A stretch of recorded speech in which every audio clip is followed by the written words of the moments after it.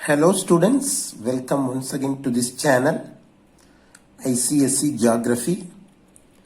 This is the part 2 of the chapter 1, representation of geographical features. Don't forget to subscribe, share it with your friends and click the bell icon to get more videos. Come on, let us move on to the chapter. Small scale maps. The small scale maps show a very large area with less details. It means these maps cover a very large area, but they give only less details about them. It gives only a less description, explanation about them. Examples, the maps in an atlas, then wall maps used in classrooms. Then large scale maps. The large scale maps show a very small area in detail. These maps cover only a very small area, but they give a detailed explanation about it. Examples, cadastral maps, then topographical maps. What is meant by cadastral maps? The cadastral maps show accurately the extent and measurement of every field and plot of land. So these maps show an accurate description. That means the explanation about every field and plot. Examples, the layout maps of villages. Then topographical maps. What is meant by topographical maps? The topographical maps are based on the actual survey of land. They give the actual survey. The maps show the relief, drainage, settlements, means of transport and land use. These maps are also called topo sheets. Then define north line. The direction on a map is shown using an arrow with the letter N. In maps, you might have seen the directions are given by means of a cross line. In that, only one arrowhead is shown. It is indicated by the letter. With the help of this letter N, we can calculate the other directions. This line is called north line. This arrow on the map is called the north line. What are cardinal directions? The directions north, south, west and east are called cardinal directions. Next question. What are intermediate directions? The directions northeast, northwest, southeast and southwest are called intermediate directions. As these directions lie in between the cardinal directions, they are called as intermediate directions.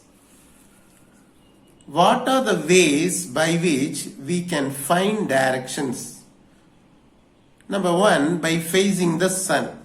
Number 2, through the pole star. Number 3, by using a magnetic compass. Next question.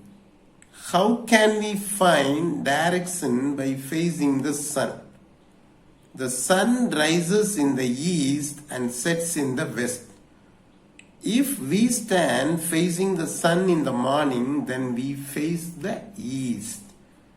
So, on facing the sun in the morning, actually we are facing the eastward direction. The west is in our back. Our left hand points to the north and our right hand points to the south. Next question.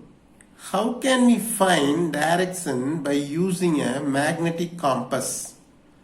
The needle of the magnetic compass always points towards north-south direction. So, by using this, we can find the direction. Next one.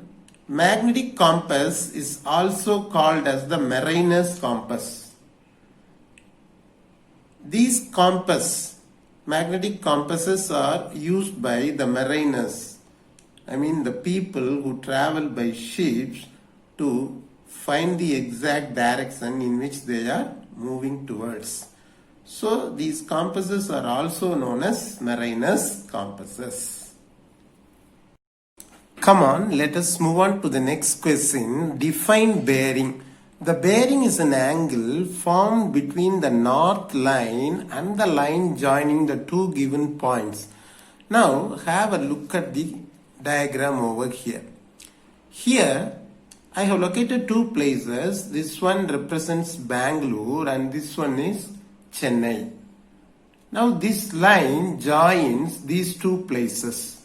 And what about this? This is the north line.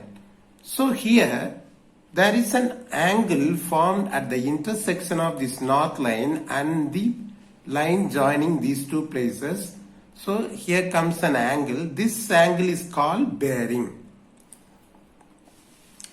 Next question. Bearing is always measured in clockwise direction. So bearing is always measured in clockwise direction only, in this direction. Now look at this picture. This is the north line. This is 0 degree. From here, if we keep on moving like this, we come to the east and covers 90 degree. If we keep on moving like this, we come to the south direction, that is 180 degree. If we keep moving further, we go to the west direction, that is 270 degree. If we go further like this, we go to the initial point, the north line. So the next question is, the bearing of the north is always 0 degree. This one. The bearing of the south is 180 degree. This one. The bearing of the east is 90 degree. And the bearing of the west is 270 degree. Then the next question is, blue color is always used to show water bodies. In a map, the seas, the oceans, the rivers, lakes and all these water bodies are indicated by blue color. Then green color is always used to show plains. Hills and valleys are indicated by means of different colors, but plains are always indicated by green color. Then importance of maps. Maps provide records of facts about the earth. Maps help to understand the landforms. Maps are useful for academic purposes, that is, for learning purposes. The governments need maps for administrative purposes. Maps are useful for tourists and travelers. A map is a guide for individual, for any person in general and for government in particular. Now let us have a quick recap of what we have studied. A quick quiz. 29th one.